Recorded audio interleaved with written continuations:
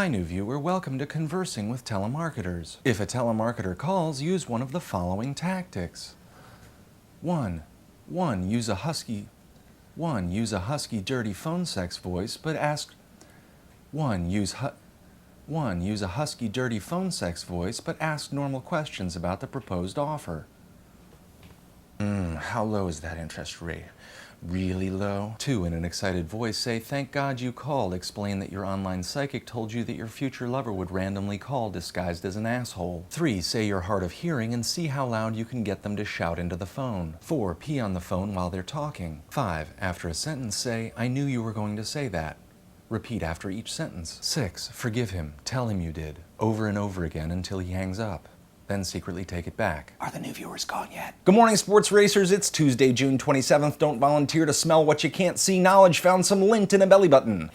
I don't mind my own nasty. So something from the comments. Heartless writes, my thoughts. 1. Regardless of race, there should be a literacy test to vote, but that would eliminate many Dems as proven in Florida. 2. I heard that terrorist they caught in Miami was found through AT&T records. First off, Heartless, thanks for numbering your sentences. It's clear to me that you're very skilled at counting. Secondly, I can do it too. It sounds like you've been thinking.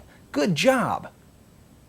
In response to number 1, contrary to popular belief, illiterate people can still use words to convey and understand ideas. They can use their mouths to discuss things like politics. For example, whether or not to vote for a politician who makes American education and literacy a top priority. Or alternatively, whether or not to vote for a candidate who wants to use literacy tests as a means to disenfranchise his opponent's constituency. Personally, I think that candidates who run for office should pass a public speaking test. Yes, no, this is. And they better know how to count. Although you didn't say it, I assume what you mean is that if the warrantless wiretapping program catches even one bad person, it validates its existence. The question isn't whether this program would be effective at catching bad people. If we had mandatory anal cavity searches for every person that enters the United States, we'd find a lot more cocaine. The question is whether these kinds of programs upset the balance between government and personal liberty and therefore could lead to an abuse of power. Given this sort of authority, the government decides who is and who isn't a bad person. People who openly dissent against the government's further attempts to encroach on personal liberties could also be called bad people. Governments are made out of people with strong ideas. Some of those people feel that if people of opposing ideas came to power, it would threaten the integrity of the United States. One abstract worry is that if people in power are left unchecked, they could use programs like the AT&T wireless programs to perpetuate their own rule. Court approval in these cases is supposed to provide the check to that unchecked power. In a free society, you can assume that at some point someone you don't agree with is going to rise to power. When thinking about these kinds of programs, try to imagine how that person would use them. When speaking about factions and their tendency to abuse power, James Madison, currently dead, said,